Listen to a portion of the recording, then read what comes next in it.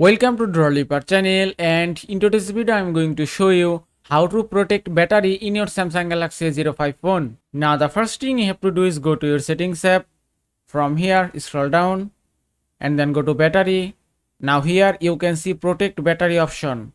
Now you may ask, how does it protect the battery? When your battery goes above 80%, it's very stressful for your battery. And also when your battery goes below 20%, that is also harmful situation for your battery. Now if you want to get a longer battery life, don't charge it above 80% and don't let the charge fall below 20%. So if I enable this option from here, after that your phone will stop charging at 85%, which will protect your battery, and that way your battery will last a long time.